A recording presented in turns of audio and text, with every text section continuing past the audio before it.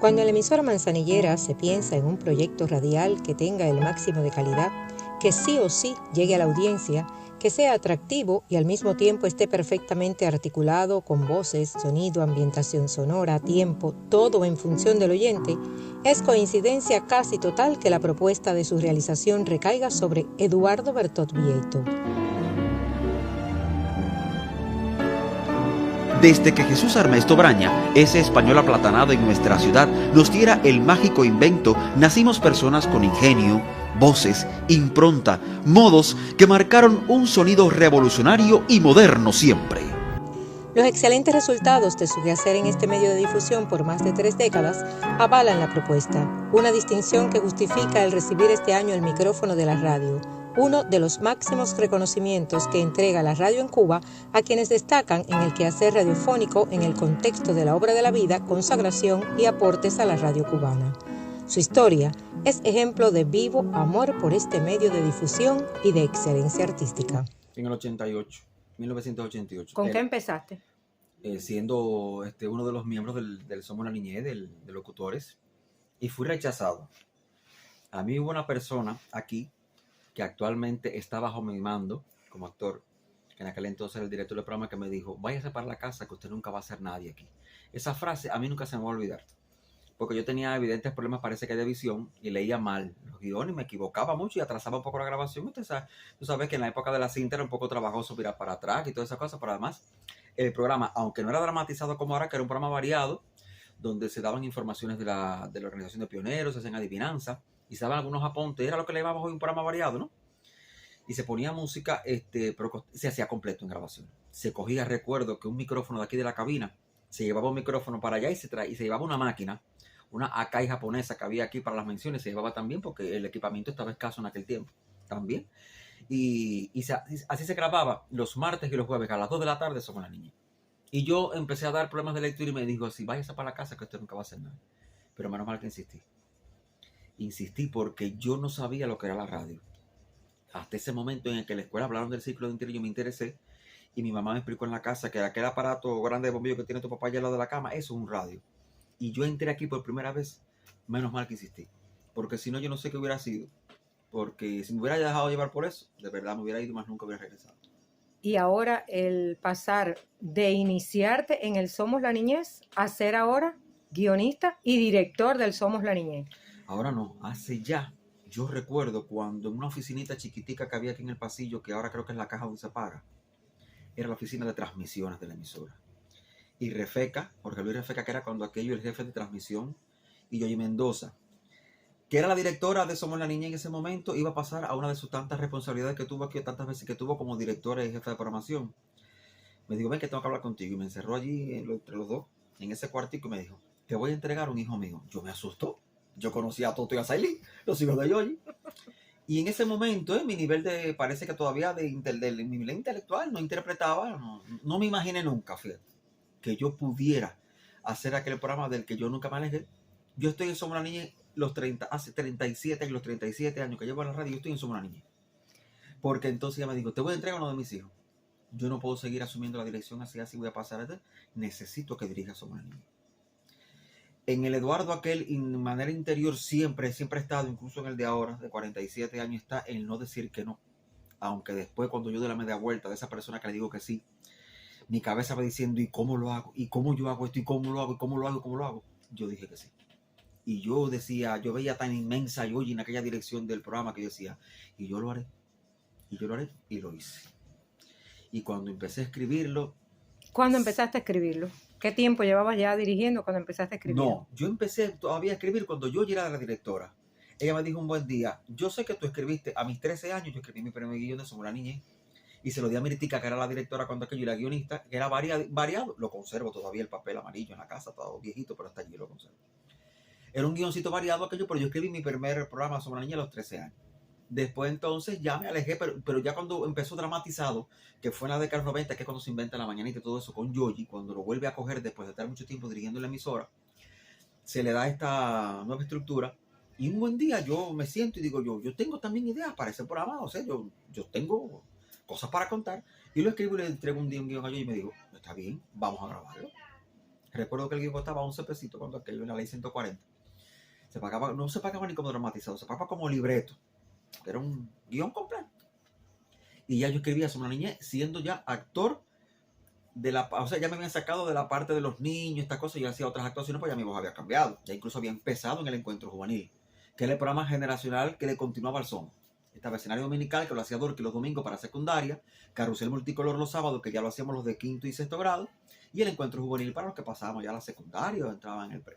Pero yo llegué temprano al Encuentro Juvenil porque ya la voz me había cambiado. Y entonces yo ya lo escribía, poquito, pero lo escribía. Ya yo me atrevía a escribir dramatizado. Y después, bueno, cuando ya paso a dirigirlo, ya sí me siento. A ver, fue una decisión muy difícil. Romper con algunas estructuras muy románticas y muy aplatanadas a lo que era para Yoyi la niñez. Muy dulce, muy acaramelada, que a veces sobrepasaba sobre edulcorada, ¿me entiendes? Ya yo tenía otras ideas. Ya estaba, ya yo sabía que los niños entonces eran, como decimos nosotros, chivadores, jaraneros. ¿Por qué no decir en una escena que tremendo arroz con mango que se formó? Eso fue una frase que aquí costó. Digo, ¿por qué? Con la asesora. Pero ¿por qué no puede decir a la madre selva? De pasar a decir, qué mañanita más bonita, sin dejar de decirlo, fíjate, sin faltar a la fantasía y al hecho de soñar. ¿Por qué la madre selva no podía ser un poco Eduardo? O un poco los niños que son traviesos y decir, ¿qué clase de arroz con mango se armó en este jardín? Es una frase cubana. Y a partir de ahí yo empecé a romper con eso. Yo pensé que ella se me iba a molestar o que se iba a ir conmigo porque es mi mamá en la radio. Eso no lo puedo negar nunca. Yo a partir de empecé a ser yo y me alejé de su estilo, de su estética, pero siempre conservando todo lo que aprendí de ella, entre otras cosas, el respeto a este lugar, a esta casa de todos, el respeto a la emisora, el respeto a los compañeros, el respeto a los programas, a los oyentes, a las personas que trabajan conmigo. Eso lo aprendí de ella sobre todas las cosas. Pero llegó un momento en que yo quería hacer yo una realización y empecé a darle esa vuelta al programa. El jardín comenzó a tener otra historia, los personajes empezaron a ser más aterrizados, más naturales, y el programa comenzó a ganar mucho porque se empezó a pegar a la gente, su forma de decir y hacer. Y sin embargo, ella se sumó a eso. Porque siguió siendo guionista del programa. Y hubo un día que me dijo, a ver, ¿qué es lo que tú quieres realmente de la madre selva? Y yo le expliqué, porque chocamos varias veces, ¿no? Hubo su confrontación generacional. Claro. Eso no se puede negar. Y se montó en el carrito, como digo yo, y muchos años después, antes de emigrar a otro país, antes de dejar de escribir, Yoyi también escribía de la madre selva, así como yo lo quería. O sea que fue algo bueno para el programa. Para mí, programa. Pero sobre todas las cosas para el show. O sea, Somos la Niñez, es Eduardo Bertó. Eso es una realidad. Somos muchos, pero son muchos, pero cuando se habla Somos la Niñez, es Eduardo Bertó. Que en un programa de radio, televisión, una película, lo que sea, en un libro, tiene que estar el sello del autor. Correcto. Eduardo, pero tú no te quedaste en un dramatizado, ni en un juvenil. Yo creo que tú has pasado por todos los tipos de programas que se hacen en la emisora. Todos. Tienes el juvenil más serio que el Proyecto J Sur. Un programa y reconocimiento, que eso me llena mucho de satisfacción, porque ese programa surgió hace 20 y tantos años, ya va a ser casi 25 años que surgió, y Ernesto Martínez fue quien le puso el nombre. Él era jefe de programación, pero me dijo, ahí tienes un espacio los domingos a las 12 del día, va a ver lo que vas a hacer, que se llama Proyecto J Sur, pero invéntalo tú, hazlo tú, dale forma tú, sale el domingo que viene. Y yo le di, o sea, lo creé yo, menos el nombre, todo lo demás se lo hice yo hasta hoy día. Hasta hoy. Y es un programa con una estructura, con una factura realmente que marca la diferencia. Pero también estás en los musicales, así un CMDF Caribe. Que me gusta la música. Yo no puedo negar eso de mi casa. Lo primero que yo aprendí, que leí cuando aprendí a leer, yo no iba a un libro, como hacían todos. Yo iba para los discos que había en mi casa. Y yo me leía la parte de atrás. Imagínate, estaban los discos de Pacho Alonso, de Benny Moré. Mi papá en mi casa y toca discos de los años 50. ¿Cómo hay discos ahí? Y entonces yo lo que practicaba la lectura, pero me fui memorizando todo aquello. Y me encanta, la música me encanta. Y sé la historia de la música más todavía. Y por eso es que a veces, cuando se me ocurre algo, sobre todo con la original, por ejemplo, con cosas, yo soy muy apegado a defender mucho a Manzanillo desde el punto de vista identitario, historia, cultural, aunque sea salvar eso, la memoria de Manzanillo. Sabemos que físicamente Manzanillo está sufriendo lo que sufren muchas ciudades de Cuba. Sí. Pero su memoria. Pero en la parte que nos toca. La parte que nos toca, yo siempre quiero salvar eso. Y me gusta contar eso, buscar las cosas que a veces se conocen, pero decirlas de otra manera. Contarlas de una manera que sea atrayente. Y la gente siempre se sorprende, porque este es el secreto de la radio. No es que tú seas la persona que va a descubrir el agua tibia, sino es cómo llegar al agua tibia, cómo decirla, de manera manera que tú sorprendas a la gente. Y, Ahí está el secreto. y están ahora los informativos. Y ahí los informativos. Un reto Una también. seriedad, un cambio total de, Sí, de pero mira, dramatizado, de infantil. Pero en el radar que yo hago hoy, por ejemplo, como locutor, que he tenido la oportunidad de hacerlo en estos meses, ya yo he también ido buscando una forma de, no sé, yo sé que hubo resistencia al principio, que había personas que no, que hubo muchos años una conducción muy apegada, por ejemplo, a Ernesto Martínez, que sentó cátedra en el radar después de Ibarra y otros tantos grandes. Vino Ernesto con también su sello. Pero Ernesto Eduardo, por ejemplo, que le gusta conversar con el locutor que está al lado, que le gusta también decir cosas fuertes digo, con hablar, sencillamente hablarle de frente a la gente.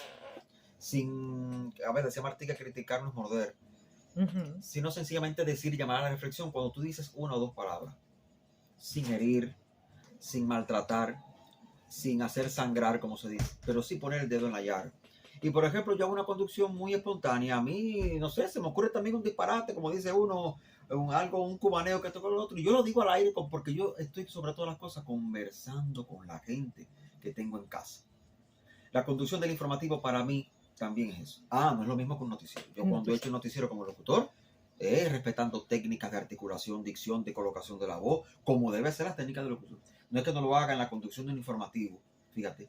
Pero, sí, pero son diferentes. Ya es un poquito más suelta. No es lo mismo la revista informativa a un noticiero. Y siempre teniendo en cuenta, en el informativo yo tengo el concepto de que tengo que responder a una política editorial, fíjate, a una política de medio de comunicación que responde al partido y al gobierno. Los medios en Cuba son que responden al partido y al gobierno. Pero también pensando en que la gente espera de mí también eso, una respuesta oportuna, una información oportuna de algo que le duele en la sangre, que le duele en las venas, que choca con ellos todos los días con esa verdad. Y apegándome a eso, hago un esfuerzo para que la gente de la cual depende la otra parte del informativo, porque no es solo la parte de la dirección de emisión que hago yo, y artística, es del periodista, de la parte informativa, que no siempre se logra aquí en la emisora. Yo hasta ahora tengo muchas insatisfacciones con el radar, con esas cosas de ser un poquito más incisivo en eso. ¿Por qué? Porque la gente aquí ve, es Eduardo. Dice, pero tú eres locutor, y a mí es el que me exigen. Pero yo no soy la persona que se quita la culpa de arriba, no. Digo, sí, tenemos que trabajar más en eso. Yo no digo que es que este periodista no hizo lo que se le dijo, o no hizo lo que yo le comenté, no se atrevió a hacer esto. No, yo no digo eso. No. A ver, entonces, entre el Eduardo, guionista, locutor, actor, director y musicalizador, ¿con cuál te quedarías? Bueno, a ver, me quedo con el director de programa, porque es la persona que domina todo lo demás, todas las otras especialidades. Fíjate, a mí me puede faltar la locución, me puede faltar la musicalización, que es la que después de la dirección, la que baja es. Porque yo siento la musicalización como me la enseñaron aquí los maestros, pero también como me la enseñó Iván Pérez, que fue quien me habilitó como musicalizador, ese Premio Nacional de Radio en Radio Progreso. La musicalización es un personaje más, es una guía más, es una imagen más de la radio, que si falla todo lo demás, yo creo. Pero me quedo con el director del programa, ¿por qué? Porque me gusta que mi punto de vista, o cuando concibo algo, se lleve a cabo como yo lo he pensado, y siempre contando con el talento de los demás, que es lo que me gusta, explotar el talento de las personas, porque el director del programa es el que encargado de eso, sacarle al periodista lo que tiene que sacarle su talento como periodista, al locutor, al sonidista, al actor. Le toca al director. Hay veces que la gente dice, no, fulano, no, tranquilos, detrás de fulano tiene que haber un director que le diga, hazlo de esta manera, de esta forma, y guiar también y enseñar, que me gusta eso. Las nuevas generaciones, mira, yo, si lo reconocen o no, no sé, no me importa, no me interesa. Lo que me interesa es que gane la radio. Pero locutores aquí, que son ya grandes locutores, salieron de estas manos, como digo yo, en el Somos una Niñez. Nilda Lazarito, Dairi, y todos los que están ahora en el nuevo curso. Y a mí me encanta, incluso cuando no estoy sentado al lado de ellos. Ahora mismo la gente puede pensar, por ejemplo, Manzano hace conmigo un novel locutor en el radar ya, que yo llegué al radar a los 30 y tantos años, porque no era fácil antes de pisar la goma, como se dice. Había que estar mucho tiempo haciendo todo lo otro que nadie quiere para poder llegar. Y sin embargo, yo les he dado la oportunidad de si vengan conmigo al micrófono. Que nadie piense que no, yo todos los días cada vez que cierren el micrófono, que en un párrafo me hice una anticadencia, que no cerró el punto donde era, que la nota no la dejó en cadencia para abajo, me la dejó en anticadencia, que hizo golpe de estacato, y le digo, oye, hiciste esto y no se hace. Es así como se hace. Y le hablo serio. ¿Por qué? Porque las personas tienen que aprender. Si se aventuraron en ser dentro de la radio lo que quieran ser, tienen que estar bajo el concepto de que un día hay un regaño, siempre educativo. Nunca para malformar, ni para herir, ni para...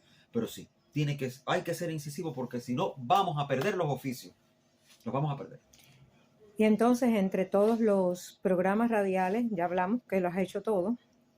Si te quedaste como director, ¿y entonces con qué te quedas? ¿Con dramatizados, con informativos, con musicales? Yo me quedo con Somos la Niñez. Con Somos la Niñez. Sí, ese es tu sello. Ese es mi programa. Pero si tuvieras que hacer, Eduardo, un programa variado, vaya, te voy a poner contando con los que están y con los que ya no están aquí en la emisora, estén donde estén. Incluso estén vivos, estén muertos. ¿Cuál sería tu colectivo de programa? ¿A quién escogerías? Ay, Dios mío, me lo has puesto en China. Mira, primero que todo, que co-dirigiera conmigo el programa José Luis García Barbán. Una persona también íntegra en la radio. Todos los géneros. Quisiera tener como actor a Misael, que a pesar de que fue un gran guionista y director de programa, excelente actor, excelente. Y no puede faltar Alberto Sánchez en mi colectivo. En la parte del dramatizado tiene que estar Misael, tiene que estar Ana María Ugalde Moreno como locutora y actriz. Excelente Ana María, locutora, asesora también, pero una actriz de esa humorística también. Y como locutores quiero tener a Yoyi, es una de las cuerdas que siempre tuvo Yoyi, y a Ñico Rosales, un médico, locutor y actor que tuvimos aquí, que nunca llegó a ser trabajador de la radio, pero se escapaba de su guardia médica para venir a hacer locución. O sea, esas son la gente que llevan la radio aquí, que hubiera querido tener a Ñico. Y como sonidista, a Clemente, al negrito Clemente, que es también a sus 63 años todavía un as en el sonido. Es un primer nivel de eso bien ganado que todavía se atreve a hacer en vivo un Radar 1590 como lo hace hoy, incluso teniendo a mí de lado acá y llevándose, tú sabes que un sonidista haga sin director atrás y dirigiendo desde acá, eso es algo, pero ese sería mi colectivo. Vendrán nuevos premios y distinciones, pero el mayor de ellos será sin dudas el reconocimiento de sus compañeros y del pueblo que lo escucha y agradece su obra, dedicación y excelencia. Yo lo agradezco muchísimo. No porque, reconozca mi labor así, como que lo haya estado esperando, anhelando como una culminación de la carrera, ni nada de eso. A pesar del premio o del reconocimiento del micrófono de la radio, yo voy a seguir siendo siempre o el eterno aprendiz o el eterno maestro para las personas que lleguen. Porque enseñar y educar a las nuevas generaciones de la radio sencillamente garantiza que este lugar, que es el lugar sagrado de todos nosotros, lo primero que hay que respetar, la institución cultural, que es la radio, bueno, pues va a seguir teniendo vida siempre. Y va a seguir encantando a la gente por el oído, quedándose en el corazón de las personas con las emociones que logramos nosotros dar con la voz, con la combinación de efectos, música, el silencio cuando hace falta. Y entonces, que sirva de ejemplo para todos los que están todavía de mi generación, que vienen detrás, los que están un poquito aplatanados también a veces, que nos pasa, eso es normal. Bueno, pues que sirva de estímulo y de ejemplo para seguir haciendo, mientras podamos una radio que se merecen todos los manzanilleros y todas las manzanilleras. Bueno, gracias. Fuerte el aplauso, gracias Eduardo, felicidades. Disfruta tu premio muy, muy merecido. Y las felicidades a todos.